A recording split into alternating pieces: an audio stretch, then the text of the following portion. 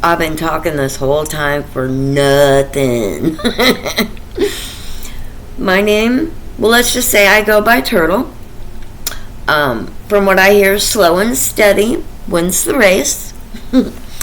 I am 52. I live in the Midwest. And what I want to do is bring awareness. No, what I'm going to do is bring awareness to a subject that's very dear and personal to me. It's took me a long time. In fact, doing this, it's taken me time to where I've had to sit down a couple days and get away from this because it's incredibly painful to go through and to relive and to actually be still in the grasp of. I currently do not have a relationship with my younger 25-year-old son. I do, on the other hand, with he's going to be 30 this summer, my older son. The dynamics between the two of them are completely different. The common factor is my ex. What he has brought to the table so far, other than the 12 years of marriage and the emotional and psychological head clusters, saying it nicely, that he did to me through our 12-year marriage was too much. That's me. That's another story. I'm not here for that. I'm here for my boy. But I'm here to talk to you about something called PAS. Does anybody know what it is? Any ideas? Let's think about it for a sec. You can let me know in the comments or whatever. From my understanding, it is a psychological form of child abuse. It is when one parent uses a child to manipulate them in rejecting and alienating the other parent. They will do this in many methods, in many ways, and through repetition, using their child as their friend and speaking to them about things that are supposed to be for adults. They've weaponized that child against the other parent. And it's devastating. And it's painful. And I feel like I've had my back against the wall for a long time. I don't feel like anybody understands. There's no way out. The law doesn't even recognize it. There's not even a law to protect children against this. Back in the 90s, I had no idea what he was doing, what happened. I remember one of the last few days I was in the house before I left to go to my sister's because I didn't want to fight in front of my kids any longer. He looked me in the eyes and said, I promise, I will never take your kids away from you. That was my biggest, still is, hugest fear. It's the very first thing he did. It was ongoing. It was heavy. My support was very light. I was scared. I didn't do anything. I didn't take anything from him. My kids stayed in the only house they'd ever known. We had even sat down and made a parenting plan in some mall that doesn't exist anymore.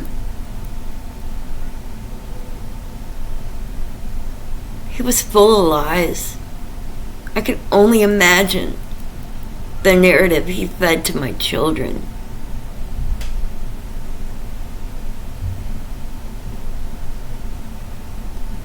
I don't know what to do. Right now, I need a mentor, a guide, a supporting strength. I need funding. I need other stories.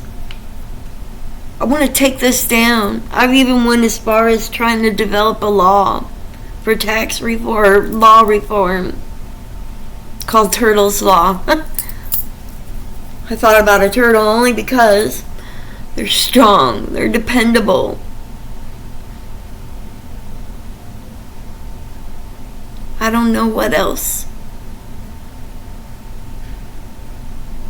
Kind of making this to reach out to anybody that's got a friend that knows a friend that can work with me. What I want to do and what I've started is All My Love Advocacy, a nonprofit organization, a 501c3 organization. I don't know all the details. This is all down on pencil paper. I'm working it out, but I'm very intelligent. I've started a business before that's actually still operating today. I'll get through this. I can do it. And it needs to be done. And I feel like this has been a calling for me because anything else in my life has been a disaster. I want this. I want this for my boys.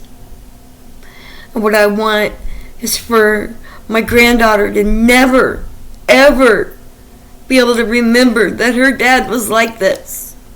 That he did this to her grandma. All I want to do is give back love to them. It doesn't even matter. I just need support, and I want somebody that can back me on this. Because I've got big plans. I feel like I can make a difference.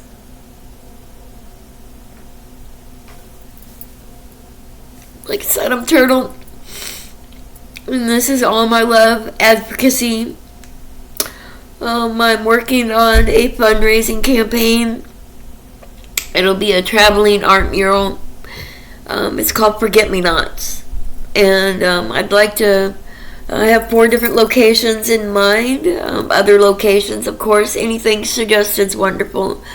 What I need is a location, like a building that's got a wall that we can paint a forget-me-not mural on, where people can donate, sponsor, or individuals can get on their own a forget-me-not flower to put on this mural in remembrance of somebody that they've lost, either due to drug overdoses, suicide, even loved ones that lived full good lives of just fullness and richness. This is a collaborative community project to bring beauty, strength, and unity within our communities.